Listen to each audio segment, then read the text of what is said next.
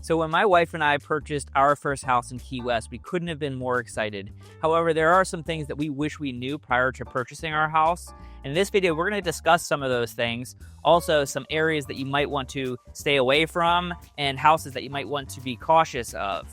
And in case we've never met before, my name's Solaris Gregory. I'm also a licensed realtor here in Key West and the Florida Keys. I help people buy, sell, invest, and relocate to these wonderful islands. So please like and subscribe because this is a good way to educate yourself about Key West and the Florida Keys.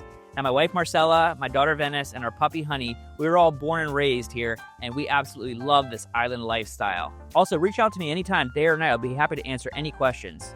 So I absolutely love Key West. I think it's a fantastic lifestyle. I think you have great people, great weather. The question is it right for you? And if you're thinking about making a move to Key West, the first thing you want to do is start going through the different steps and doing your homework. A good way to start is find a website that is linked to the Florida Keys MLS. Circle the area that you want to live in, put the number of beds and bathrooms, the price range that you want. This way, you'll get an email alert in case anything pops up that fits your criteria.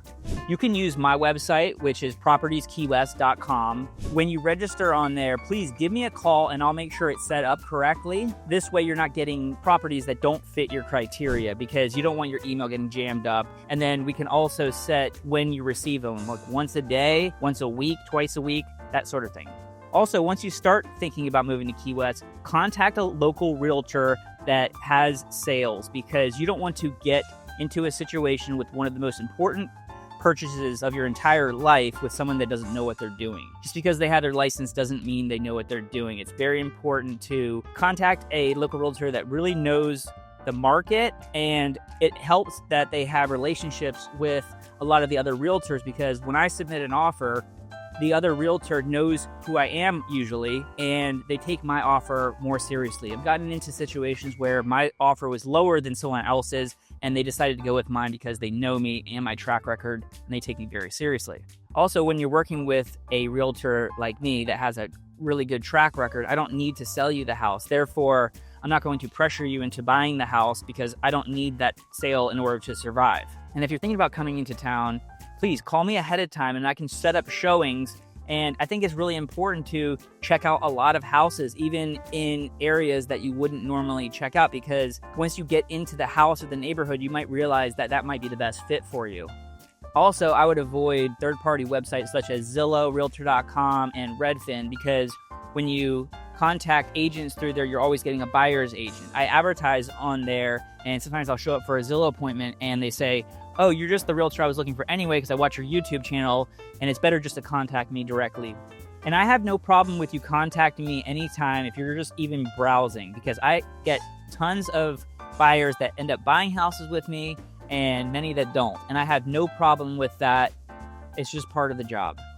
So when you're considering buying a house in Key West, I think it's important to take into consideration how far away from downtown do you want to be? Do you want to be in walking distance? Do you want to be in bike riding distance? And, anywhere in Key West, even Newtown, you're only an 8-minute drive from downtown. Also, are you a boater? Do you want to be on the water? So the places that I would consider if you want to be on the water on a canal, there's the Riviera Canal, and then I really love Key Haven if you want to be really close to Key West. But then going up the Keys, you have Big Coppet, Bay Point, and then Sugarloaf Key. So this is very important. I get calls for this all the time. People call me up and say, hey, I want to do an Airbnb with the property that I want to buy with you. And what you have to take into consideration is that almost everywhere in the Florida Keys is a 28-day minimum. Some of those properties, very rare to come up on the market, that have a transient license. A transient license you can rent nightly. They stopped issuing those about 30 years ago. Now, if you had a property that's a 3-bedroom, 2-bath house that's listed at $1.5 million, if it had a transient license attached to it, it'd be closer to $2 million. Another great area for rentals is Marathon if you're planning on having a rental property because they have 7-day rentals there. Also attached to Marathon is Cape Colony. Something else that really improves rental properties is it on the water, on a canal, and does it have a pool? In Key West, as long as you have a pool, it will rent really well. So if you are planning on renovating a house in Key West and you're in Old Town, the Casa Marina neighborhood, the Meadows, or Bahama Village, you will have to abide by those HARC guidelines. HARC is the historic commission, and you have to keep your house sort of looking like it did in the early 1900s on the exterior. So the next thing I want to talk about is I get comments all the time that the insurances have gone crazy in Key West. Now, if you have a ground level house that is listed at 1.3 and maybe it's a 3-bedroom, 2-bath house, I think your insurances are probably going to be around that $14,000 price range. But I don't think that's very bad considering what you get when you get flood insurance, windstorm insurance, and also homeowners insurance.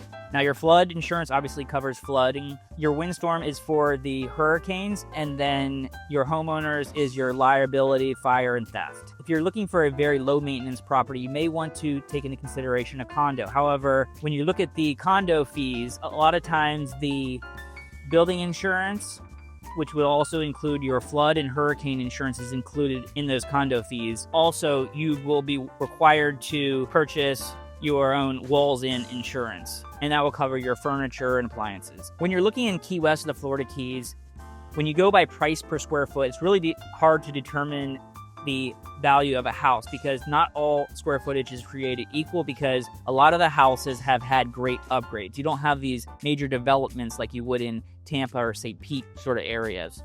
Key West is a very expensive area along with the Florida Keys. You don't have a lot of land here and it is scarce, and I think that's going to continue to drive the price up. So other areas and homes that I would avoid in Key West, one of them would be over on United Street by Ashby. On the corner there, it floods all the time, even at an extreme high tide. The video I just took, the high tide was at 10:30 a.m. and I did this video at 1:30 p.m. Another area that I would avoid is Midtown South over by Atlantic Boulevard, because if a storm is coming from the south, which it normally does, it pushes the water up over the beach and some of those houses have gotten flooded. Also, if you're a boater and you're looking in the area of Bay Point, I used to live there and there's very shallow areas. You have to watch the tide. So if you have a bigger boat, also the ground there on the seafloor is very unforgiving. So as you're going down the canal, you'll see a lot of people have busted skegs on the bottom of their engine. Also, if you're considering buying a house up the Keys, I would definitely recommend having a house on a canal, because I think those properties are going to increase in value throughout the years.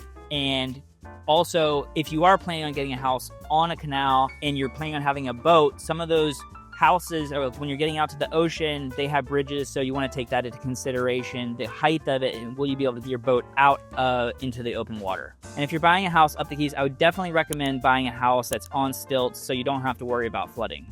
Hey, thank you so much for watching another one of my videos. If you agree or disagree or have anything to add about moving to Key West, I'd love to hear from you. I answer all the comments personally, and just keep living that island lifestyle.